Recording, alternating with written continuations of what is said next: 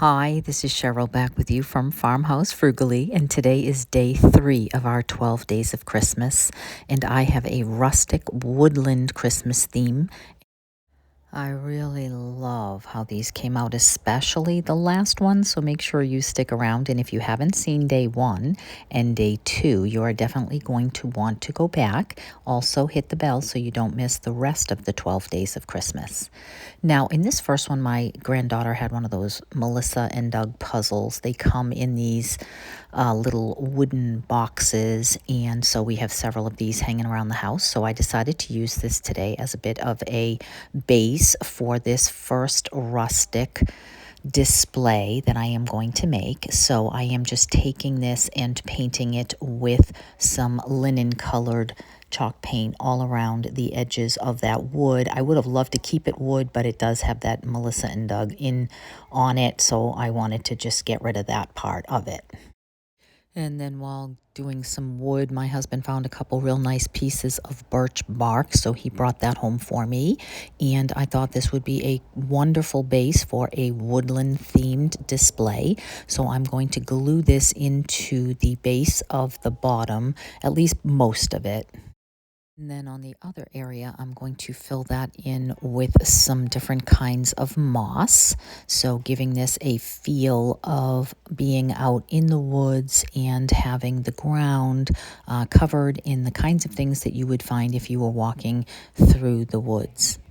And before I finish putting all of the moss on, I wanted to make sure that I had taken this wood reindeer and added that to the bottom first so that it has something to glue to.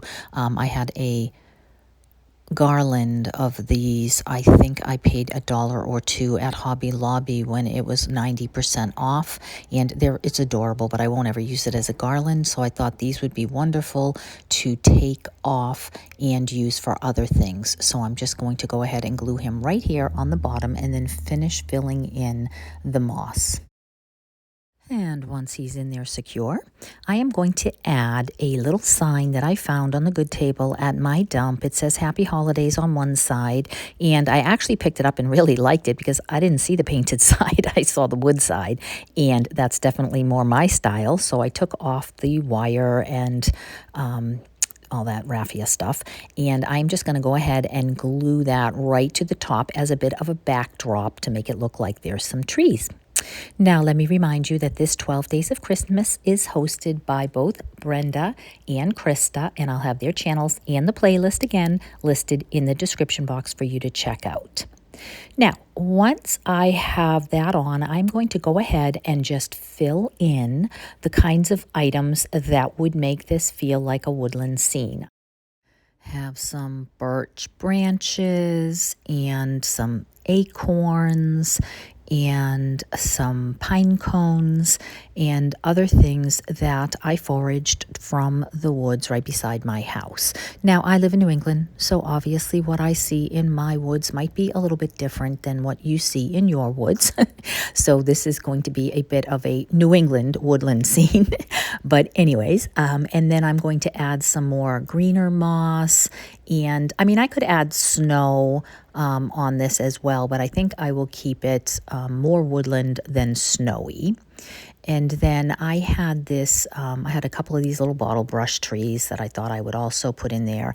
And then I believe from the Dollar Tree some time ago, I had a little crate, and I am going to add a little sign to the top of the crate, and then I'm going to fill that with acorns. Acorns are abundant for some reason this year. They are everywhere, so I thought that I would go ahead and just fill this little bin with those and add that to this sweet little scene.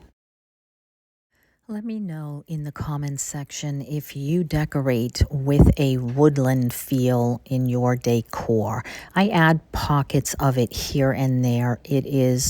It kind of goes well with my neutral farmhouse kind of Christmas.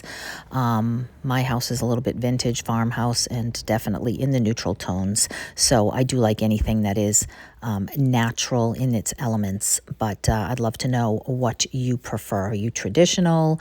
Are you farmhouse? Are you more of this woodland? Or do you have another type of decor that you like. I always like to have new ideas and things that will challenge me just a little bit. And also let me know what you think about this first DIY. And now that is going to take me on to item number 2. I have this yellow truck that we picked up when an antique store in town was going out of business. They were selling all kinds of stuff really cheap. And this had some items in the back of it, and I believe it was $2. And so I had a couple of them, and not a fan of yellow.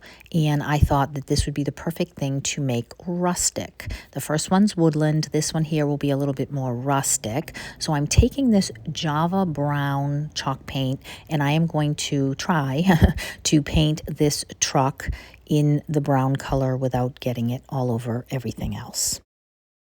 Then once I have the entire body of the truck painted in the brown, I am going to want to make this rusty crusty. My granddaughter loves that tomater on the cars. She saw a couple of minutes of it when her father was having an oil change, and oh my goodness, that's all we hear about. And so I am going to make this look a little bit like tomater. Now, once I have that, once it's dry, I'm going to take just a mixture of some Mod Podge. You could use school glue, and I am just going to drop some here and there. And then I'm going to take the grunge mix, and I'm going to just sprinkle that on. Now, that is a combination of some cinnamon, cloves, and coffee that I have in mine. I know Shelly at Repurposed My Way makes one and uses it. Hers might be a little bit different, but in any case, even just cinnamon would work here too. But I just want to give this the authentic feel of some rusty bumpers and get that to resemble tomato. Now, once this is fully dry, and it does take a little while because I kind of pooled a little bit of glue here and there, and so it's going to take a minute to dry. But once that gets dry, I'm going to go into my stash and see what I have. I would prefer to have done this with popsicle sticks to make flat rails. It was too hard for me to get at them, so I am just going to use some skewer sticks, cut those down with my little miter shears, and then glue those on the back of the truck just to make a wood truck base. And then once that is dry, I'm going to paint that as well. And then I'm going to fill the back of this sweet little rustic tomato truck for Christmas.